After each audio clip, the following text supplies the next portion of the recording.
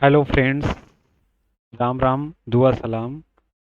मैं Abhishek Srivastava. Bharat skill question bank solution series part 2 में हम सभी WSC group first level first questions detail में सॉल्व करेंगे। तो आइए अब प्रश्नों को सॉल्व करते हैं। Question number 11, what is transferred when work is done? कार्य पूरा होने पर क्या परिवर्तित होता है? Effort, velocity, energy and nothing. तो इसका ऑप्शन सही होगा एनर्जी, क्योंकि आप लोग जानते हैं कि कार्य किस में परिवर्तित होता है? कार्य को ऊर्जा के रूप में परिवर्तित किया जाता है, तो कार्य ऊर्जा में परिवर्तित होता है। चलिए इस क्वेश्चन का हम डिटेल एक्सप्लेनेशन देखते हैं। ओके, तो चलते हैं डिटेल एक्सप्लेनेशन की ओर। Energy of body is capacity due to work. कार्य करने की क्षमता को ही क्या कहते हैं? ऊर्जा कहते हैं। कार्य करने की क्षमता को ऊर्जा कहते हैं। Energy of a body is capacity due to work. Energy हमें कई रूपों में देखने को मिल सकती है। काइनेटिक एनर्जी गतिज ऊर्जा के रूप में, पोटेंशियल एनर्जी स्थितिज ऊर्जा के रूप में, थर्मल एनर्जी ऊष्मीय ऊर्जा के रूप में, केमिकल एनर्जी रासायनिक ऊर्जा के रूप में, मैकेनिकल एनर्जी यांत्रिक ऊर्जा के रूप में, इलास्टिक एनर्जी या प्रत्यास्थ ऊर्जा के रूप में, साउंड एनर्जी ध्वनि ऊर्जा के रूप में, लाइट एनर्जी प्रकाश ऊर्जा के रूप में। आप लोग ऊर्जा संरक्षण सिद्धांत से जानते हैं, ऊर्जा को ना तो उत्पन्न किया जा सकता है और ना ही नष्ट किया जा सकता है। ऊर्जा को केवल एक रूप से दूसरे रूप में परिवर्तित किया जा सकता है। जैसे उदाहरण के लिए बल्ब में कौन सी ऊर्जा किस ऊर्जा में परिवर्तित होती है? बल्ब में विद्युत ऊर्जा को प्रकाश ऊर्जा में परिवर्तित किया जाता है। कुछ भाग ऊष्मा के रूप में भी परिवर्तित होता है। तो बल्ब में प्रकाश ऊर्जा विद्युत ऊर्जा को प्रकाश ऊर्जा और ऊष्मीय ऊर्जा के में परिवर्तित किया जाता है। इस प्रकार से आपसे पूछ सकते हैं कि जनरेटर में किस प्रकार की ऊर्जा को किस ऊर्जा में परिवर्तित किया जा सकता है? यांत्रिक ऊर्जा को विद्युत ऊर्जा में परिवर्तित किया जाता है। मोटर में किस प्रकार की कौन सी ऊर्जा किस ऊर्जा में परिवर्तित होती है? मोटर में विद्युत ऊर्जा यांत्रिक ऊर्जा के रूप में परिवर्तित होती है। तो ये चीज़ें आपको ध्यान रखना बहुत ही ज़्यादा इम्पॉर्टेंट है। अब बात करते हैं काइनेटिक एनर्जी और पोटेंशियल एनर्जी के फार्मूले की। तो काइनेटिक एनर्जी का फार्मूला क्या होता है? काइनेटिक एनर्जी को हम के से डिनोट करते हैं और के इक्वल टू क्या होता है? Half M B square. जहाँ एम क्या है? एम वस्तु का द्रव्यमान है और वी क्या है? वस्तु का वेग है। वस्तु का वेग है। तो ऊर्जा का मात्रक क्या होता है? तो ऊर्जा का मात्रक जूल होता है, इसलिए गतिज ऊर्जा का मात्रक भी क्या होगा? जूल ही होगा। अगर हम स्थितिज ऊर्जा की बात करें तो एच ऊंचाई पर स्थित एम द्रव्यमान के वस्तु की स्थितिज ऊर्जा क्या होती है? इसको हम यू से डिनोट करते हैं और यू बराबर हमारा क्या होता है? M G H. जहाँ पर जी क्या है? गुरुत्वीय त्वरण है, एच पृथ्वी तल से ऊंचाई है और एम क्या है? वस्तु का द्रव्यमान है। तो यहाँ से यू बराबर क्या होता है? M G H. चलिए नेक्स्ट क्वेश्चन की ओर बढ़ते हैं। What is the unit of strain? Millimetre, millimetre पर मीटर, माइक्रोन और नो यूनिट। इस क्वेश्चन का ऑप्शन क्या सही होगा? Option number D is the correct, no unit, क्योंकि विकृत की कोई भी इकाई नहीं होती, कोई मात्रक नहीं होता है। चलिए देखते हैं विकृत क्या होता है। तो विकृत क्या होता है? किसी वस्तु पर आरोपित बल के कारण वस्तु की विमाओं में परिवर्तन तथा वस्तु की प्रारंभिक विमा के अनुपात को क्या कहते हैं? विकृति कहते हैं। मान लीजिए आपने किसी वस्तु पर कोई बल लगाया है, तो बल लगाने पर उसकी आकृति क्या होगी? विरूपित होगी, यानी उसकी आकृति में परिवर्तन आएगा। तो जो परिवर्तन आया और जो प्रारंभिक उसकी विमा थी, उसके अनुपात को क्या कहते हैं? विकृति कहते हैं। तो विकृति बराबर होता है विमा में परिवर्तन और बटे मूल विमा। तो विमा में परिवर्तन मूल विमा सेम ही मात्रक होंगे, ठीक है, इसलिए विकृत का कोई मात्रक नहीं होता है, यानी ये कैसी राशि है? मात्रकहीन राशि है, नो यूनिट। उसी प्रकार से विकृत को क्या विमाहीन राशि भी बोला जाता है, क्योंकि इसकी कोई डायमेंशनल फार्मूला नहीं होता है। अगर बात करें विकृति के प्रकारों की, तो विकृति के 3 प्रकार होते हैं: अनुदैर्ध्य विकृति, आयतन विकृति और अपरूपण विकृति, जिनकी चर्चा हम अगले वीडियोज में विस्तार से करेंगे नेक्स्ट क्वेश्चन में। ओके, देन नेक्स्ट बात करते हैं, which statement is not true? कौन सा कथन सत्य नहीं है? तो पहला ऑप्शन पढ़ते हैं, SI unit of stresses pascal. तनाव का एसआई मात्रक पास्कल है। तो ये सही बात है, तनाव का एसआई मात्रक क्या होता है? पास्कल होता है, ठीक है। तो ये हमारा ऑप्शन सही नहीं हो सकता। Tensile strain is the ratio of change in length and original length. तन्यता तनाव लंबाई और मूल लंबाई में परिवर्तन का अनुपात है, ये भी हमारा सही स्टेटमेंट है। Young's modulus is a measure of stiffness of material. Young modulus सामग्री की कठोरता का एक मापक है, ये भी हमारा सही कथन है। तो इसका सही ऑप्शन क्या हो जाएगा यहाँ पर? नन ऑफ दीज, क्योंकि कोई भी कथन असत्य नहीं है, इसलिए इस क्वेश्चन का आंसर क्या हो जाएगा? नन ऑफ दीज हो जाएगा। चलिए अब हम देख लेते हैं स्ट्रेस क्या है और यंग मॉडुलस क्या है, इस पर चर्चा करते हैं। स्ट्रेस, स्ट्रेस की हिंदी होती है प्रतिबल। प्रतिबल क्या होता है? किसी वस्तु पर लगाए गए विरूपक बल के कारण वस्तु के विकृत हो जाने पर। विकृत का मतलब डिफॉर्म। विकृत का मतलब क्या होता है? डिफॉर्म। तो किसी वस्तु पर लगाए गए विरूपक बल के कारण वस्तु के विकृत हो जाने पर वस्तु के अणुओं के बीच क्या हो जाता है? एक प्रतिक्रियात्मक बल या एक आंतरिक बल क्रियाशील हो जाता है, जिस बल को क्या कहते हैं? प्रत्यानयन बल कहते हैं या आंतरिक बल कहा जाता है। अब बात करते हैं प्रतिबल की। तो एकांक पृष्ठ क्षेत्रफल पर, एकांक पृष्ठ क्षेत्रफल पर लगने वाले प्रत्यानयन बल को या आंतरिक बल को क्या कहते हैं? प्रतिबल कहा जाता है। तो प्रतिबल का यहाँ से फार्मूला क्या निकलता है?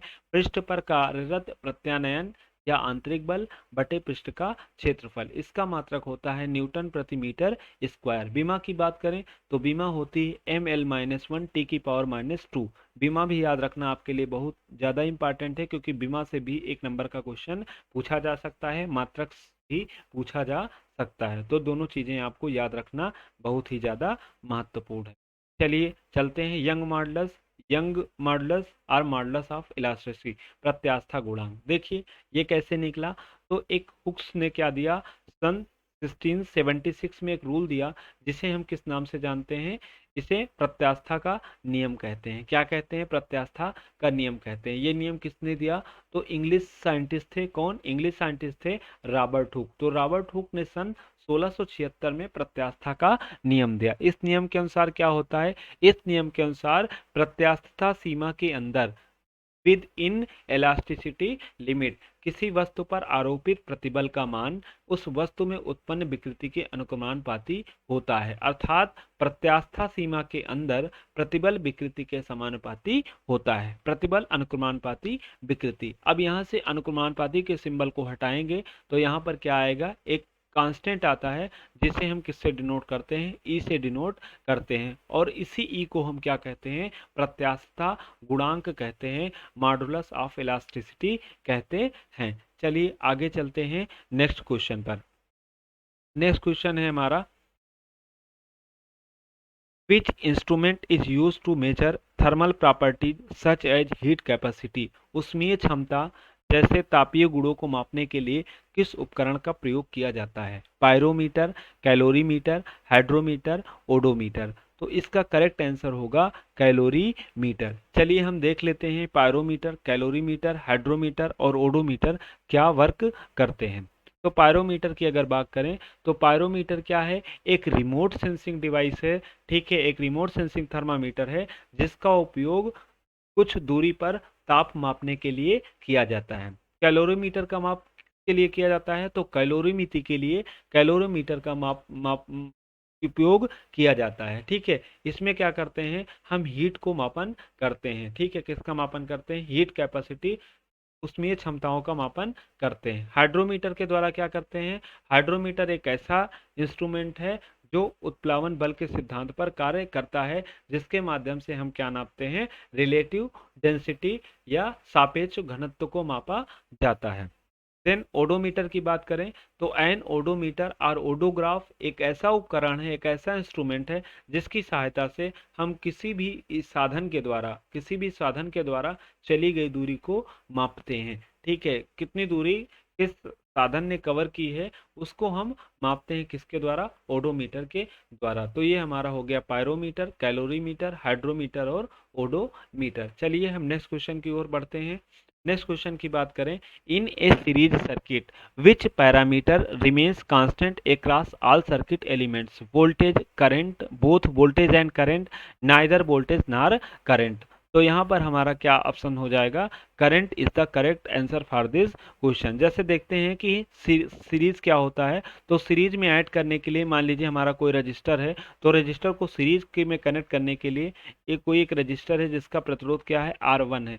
तो इसके हम ये सपोज करिए पॉइंट ए है और इसका ये पॉइंट क्या है, बी है। तो इसके बी पॉइंट को दूसरे रजिस्टर के हम जो फर्स्ट पॉइंट होता है, जो फर्स्ट टर्मिनल होता है, उससे क्या कर देते हैं, कनेक्ट कर देते हैं। इस प्रकार से हम और भी ढेर सारे प्रतिरोधों को क्या करते जाएंगे, कनेक्ट करते जाएंगे। प्रतिरोध के जगह पर आप बल्बों को भी क्या कर सकते हैं, इस तरीके से कनेक्ट कर सकते हैं। तो इस संयोजन को क्या बोलते हैं, श्रृंखला संयोजन बोलते हैं। और श्रृंखला संयोजन में क्या कांस्टेंट होता है, तो श्रृंखला संयोजन में आपकी क्या कांस्टेंट होती है, धारा का मान क्या होता है, नियत होता है। क्योंकि सभी प्रतिरोधों में समान धारा बहेगी। सपोज करिए यहाँ से आई धारा बह रही है, तो आई करंट इस रजिस्टर में भी होकर गुजरेगी और इस रजिस्टर से भी आई करंट होकर गुजरेगी। तो इसलिए इस क्वेश्चन का ऑप्शन क्या हो जाएगा, B option is the correct answer for this question. चलिए नेक्स्ट क्वेश्चन की ओर बढ़ते हैं। In the following circuit calculate the current through 20 ohm register.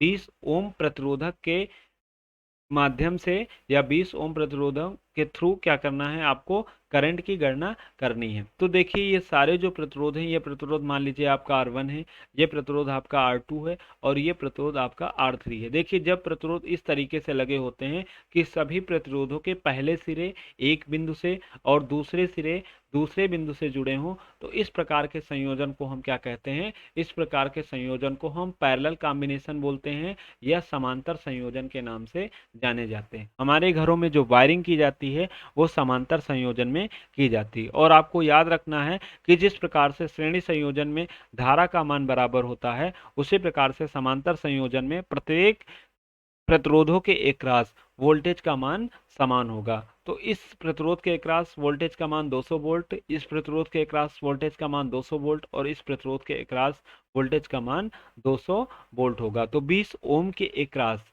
प्रतिरोध का मान कितना होगा, 200 वोल्ट होगा। और आपको पता है कि करंट का फार्मूला क्या होता है, I equal to V upon R. किससे, ओम्स लॉ से। ओम्स लॉ क्या है, V equal to I R. तो यहाँ से I इक्वल टू क्या हो जाएगा, B बाई आर। तो 20 ओम प्रतिरोध के एकरास वोल्टेज कितना है, 200 वोल्ट है।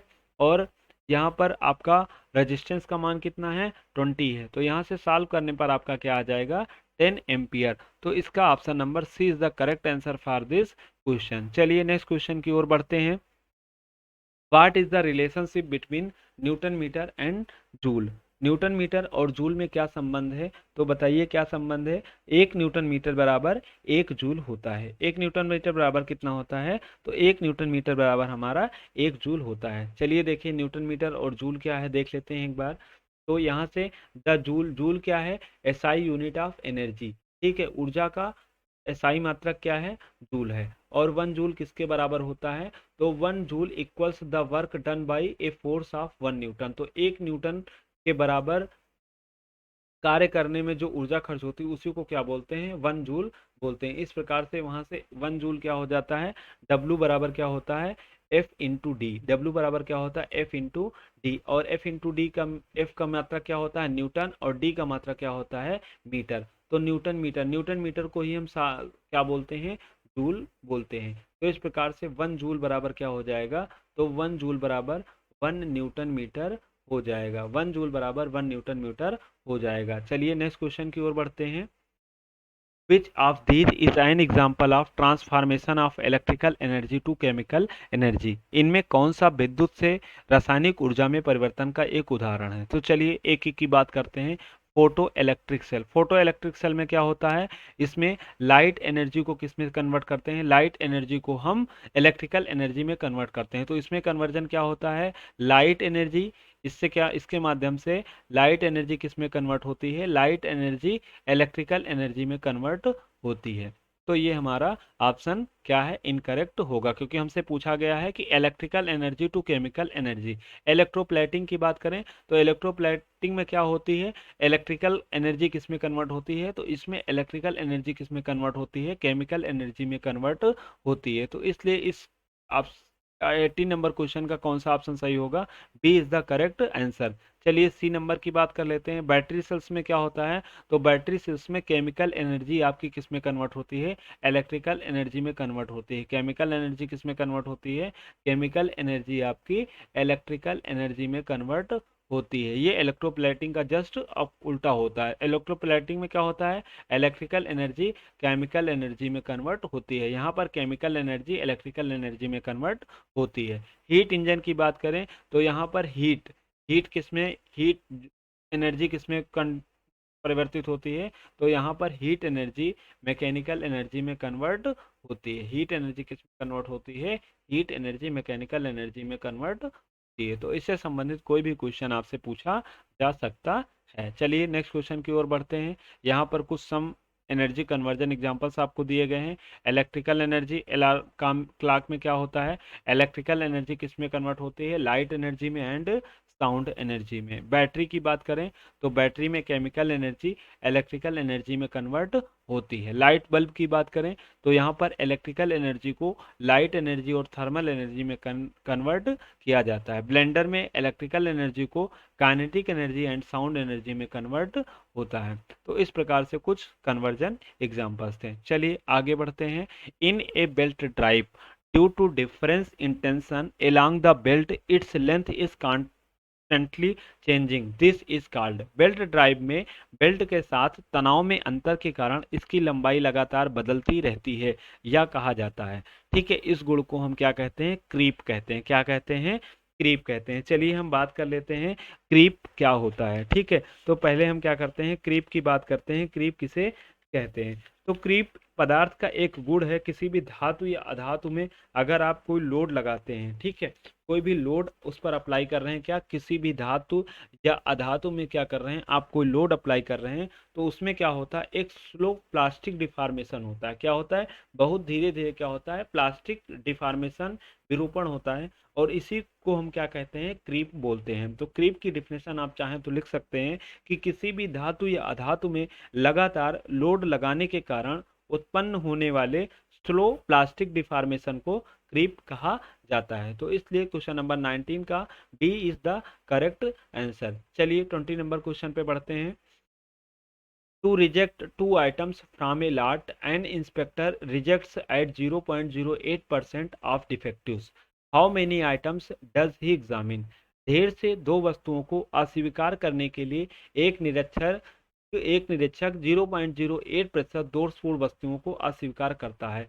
वह कितनी वस्तुओं की जांच करती है? तो सपोज करिए वो क्या करता है? एक्स वस्तुओं की जांच करता है। माना वो कितने वस्तुओं की जांच करता है? माना वह एक्स वस्तुओं की जांच करता है। तो अकॉर्डिंग टू क्वेश्चन क्या हो जाएगा? अकॉर्डिंग टू क्वेश्चन, प्रश्न के अनुसार एक्स का कितने percent? 0.08%। According to question 0.08% of X, 0.08% of X equal to कितना हो जाएगा आपका? 2, क्योंकि 2 आइटम्स आपका खराब निकलता है। चलिए इसको सॉल्व करते हैं। तो 0.08 को हम क्या लिख सकते हैं? 8/100 लिख सकते हैं। क्या लिख सकते हैं? 8/100। अब 8/100 आपका किस में दिया गया है? प्रतिशत में दिया गया है। तो प्रतिशत में बदलने के लिए इसको हम किससे? फिर 1/100 से मल्टीप्लाई करेंगे। Of X means 1/x equal to 2। चलिए इसको सॉल्व कर लेते हैं। तो यहाँ से x इक्वल टू क्या हो जाएगा? 2 इंटू 100 अपान कितना आ जाएगा? 8। इसको सॉल्व करने पर हमारा कितना आंसर आएगा? तो इसको सॉल्व करने पर आंसर आएगा 2500। तो इसका हमारा ए option is the correct answer for this question. चलिए क्वेश्चन नंबर 21 की तरफ बढ़ते हैं। तो क्वेश्चन नंबर 21 क्या है? A B C are in the ratio of 35:28:20। ठीक है, he will be a sum of ₹1162 be divided among them. ठीक है, तो या इसका हिंदी में पढ़ लेते हैं। एबीसी 35:28:20 के अनुपात में है। 1162 रुपए को उनमें विभाजित किया जाना है। तो जो राशियां उन्हें मिलेंगी वो राशियां हमें क्या करना है? ज्ञात करना है। तो चलिए हम देखते हैं सॉल्यूशन। अगर इसका हम देखते हैं तो आपको पता है कि ए अनुपाते बी अनुपाते सी कितना दिया गया है आपको? 35 35:28:20, ये आपको दिया गया है। चलिए हम क्या करते हैं, इसको ऐड कर लेते हैं। तो इसको ऐड करने पर हमारा कितना आ जाएगा, तो इसको ऐड करने पे हमारा a प्लस बी प्लस सी कितना आ जाएगा, रेशियो सम। हम क्या करते हैं, रेशियो सम निकालते हैं। तो अगर हम ए बी सी का रेशियो सम निकालेंगे तो कितना आ जाएगा, a प्लस बी प्लस सी। यहाँ से हम इसको जोड़ देते हैं तो आपका आ जाएगा 8 5 13 2 2 4 3 7 1 8। तो रेशियो सम आपका कितना निकल जाएगा, 83। और एक्चुअल सम आपका कितना है, एक्चुअल सम आपका कितना है, 1162। तो एक्चुअल सम आपका हो गया 1162 और आपका अपान 83। ठीक है, ये निकल आएगा। अब ए का हमें पोर्शन निकालना है, तो ए इक्वल टू क्या हो जाएगा, 1162 अपान 83 इंटू ए का पार्टीशन कितना है, 35। इसको सॉल्व कर लेंगे तो हमारा आंसर आ जाएगा। क्या आंसर आएगा हमारा, तो इसको सॉल्व करने पर आंसर आएगा 490।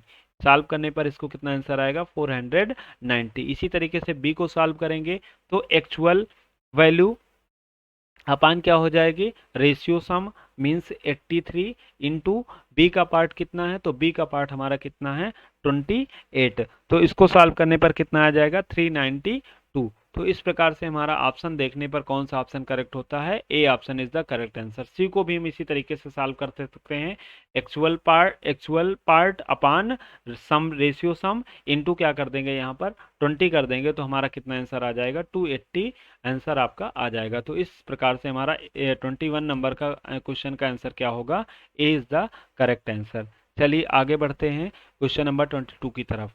निम्नलिखित में से कौन सा सेट समकोण त्रिभुज की भुजाएं प्रदर्शित करता है। तो समकोण त्रिभुज की भुजाएं अगर कोई प्रदर्शित करता है तो उसके लिए क्या होता है, उसके लिए आपको पता है कि कर्ण का स्क्वायर, सबसे बड़ी भुजा का वर्ग क्या होता है, शेष दो भुजाओं के वर्गों के योग के बराबर होता है। यानी एच स्क्वायर इक्वल टू क्या होता है, ये आपका मान लीजिए बेस है, ये आपका परपेंडिकुलर है, ये आपका क्या है, हाइपोटेनस है। तो सबसे बड़ी भुजा वर्ग शेष दो भुजाओं के वर्गों के योग के बराबर होता है। यहाँ पर ये कंडीशन कौन फॉलो कर रहा है, तो 3 4 5 ही ओनली इस कंडीशन को फॉलो कर रहा है। तो option number 2 is right angle triangle. ठीक है, ऑप्शन नंबर 2 में क्या है, 3 4 5, यही क्या हो सकती है, आपकी एक साइड हो सकती है राइट एंगल ट्रेंगल की। इसलिए ऑप्शन नंबर बी क्या होगा, इसका करेक्ट आंसर होगा। चलिए क्वेश्चन नंबर 23 की तरफ बढ़ते हैं।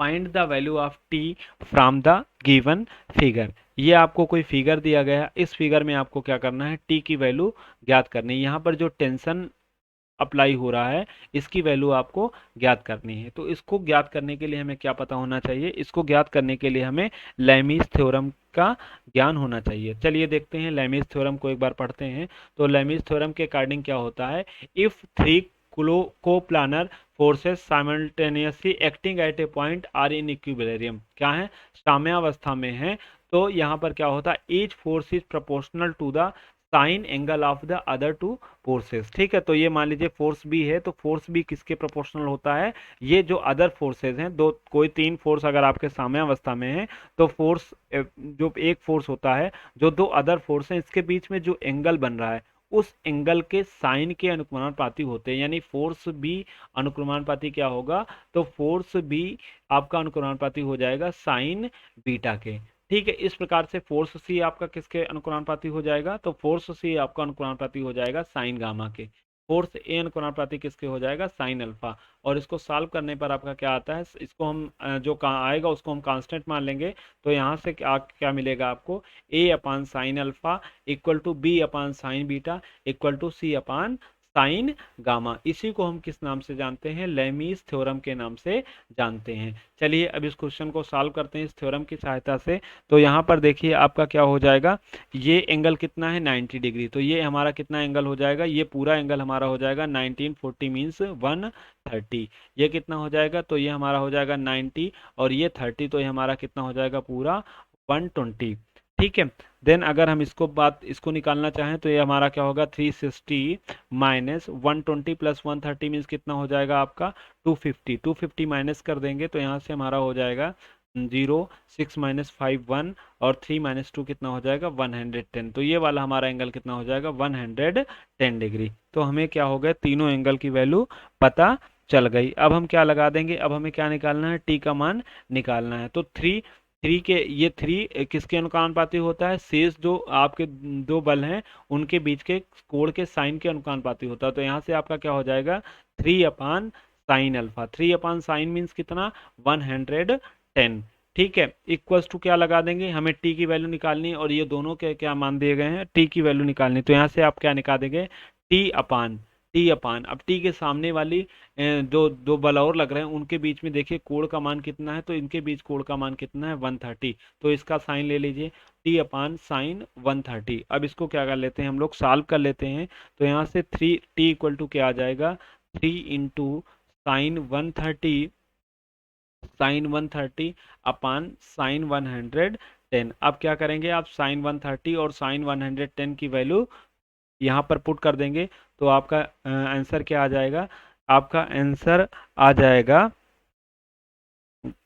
2.445 किलोग्राम। 2.445 किलोग्राम, क्योंकि यहाँ पर ये आपको 3 किलोग्राम दिया गया है तो इसलिए आंसर कितना आ जाएगा, 2.445 किलोग्राम। अब चूंकि ऑप्शन में आपको न्यूटन में दिया गया है तो हमें क्या करना पड़ेगा, इसको न्यूटन में कन्वर्ट करना पड़ेगा। और आप लोग जानते हैं कि 1 किलोग्राम बराबर कितने न्यूटन होता है, तो आप लोग को पता है कि 1 किलोग्राम बराबर कितने न्यूटन होता है, 9.81 न्यूटन होता है। क्या होता है, 9.8 न्यूटन होता है। तो 2.445 को किससे मल्टीप्लाई कर देंगे, 9.81 से मल्टीप्लाई कर देंगे। और 9.81 से मल्टीप्लाई करने पर ये अप्रॉक्सीमेट 23.99 आएगा, जिसको हम 24 न्यूटन के अप्रॉक्स में क्या कर सकते हैं, लिख सकते हैं। तो इसलिए हमारा कौन सा ऑप्शन यहाँ पर करेक्ट हो जाएगा, यहाँ पर हमारा फर्स्ट ऑप्शन क्या हो जाएगा, करेक्ट हो जाएगा। ठीक है, तो इस प्रकार से हमने 23 तक इस वीडियो में क्वेश्चन सॉल्व किया। अब हम बाकी बचे सवालों को नेक्स्ट क्वेश्चन में सॉल्व करेंगे। ठीक है, तब तक आप लोग इन सारे क्वेश्चंस की प्रैक्टिस करिए और इससे रिलेटेड जो आपके टॉपिक्स हैं या जो आपके इससे रिलेटेड कॉन्सेप्ट हैं उनको आप लोग तैयार करिए। ठीक है, फिर हम आपको मिलते हैं नेक्स्ट वीडियो में। तब तक के लिए राम राम, दुआ सलाम, जय हिंद। Thank you everybody.